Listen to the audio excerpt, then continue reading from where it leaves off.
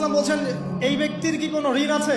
একজন সাহাবী বলেন, হ্যাঁ ইয়া রাসূলুল্লাহ, তো ঋণ আছে। নবীজি বললেন, তোমরা ওর জানাজা পড়ো, আমাকে ডেকো না। তোমরা ওর জানাজা পড়ে নাও, আমি জানাজা পড়তে চাচ্ছি না।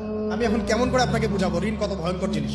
আপনি যে ব্যাংক থেকে 3-4 কোটি টাকার লোন নিয়ে রাখছেন, লাখ লাখ টাকা লোন নিয়ে বসে আছেন, দিব্যি সুখে বসে আছেন, এমন চিন্তায় যে আপনার মৌত হবে না। আর নবী সাল্লাল্লাহু আলাইহি ওয়াসাল্লাম সময়ে একজন মারা যাচ্ছেন, তিনি বলছেন তোমরা জানাজা পড়ে নাও, আমি জানাজা পড়তে চাচ্ছি না। মানে ঋণগ্রস্ত ব্যক্তি জানাজাও তিনি পড়তেন না। তারপরে একজন এসে বললেন, ইয়া রাসূলুল্লাহ, আমি তার ঋণ শোধ করে দিব, তার যা ঋণ আছে আমি শোধ করে দিব। তখন নবী এসে জানাজা পড়লেন সাল্লাল্লাহু আলাইহি ওয়াসাল্লাম।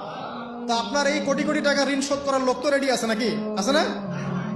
সমস্যা নেই, আপনার জানাজা পড়া হবে, আপনার মিলাদও হবে, আপনার একটা বড়সড় দোয়াও হবে ইনশাআল্লাহ। কিন্তু আল্লাহ পাক বলেছেন, শহীদ আল্লাহর পথে যুদ্ধ করে শহীদ হয়েছে, এই ব্যক্তির আত্মাও ঝুলে থাকে যতক্ষণ পর্যন্ত না তার ঋণটা শোধ করা হয়।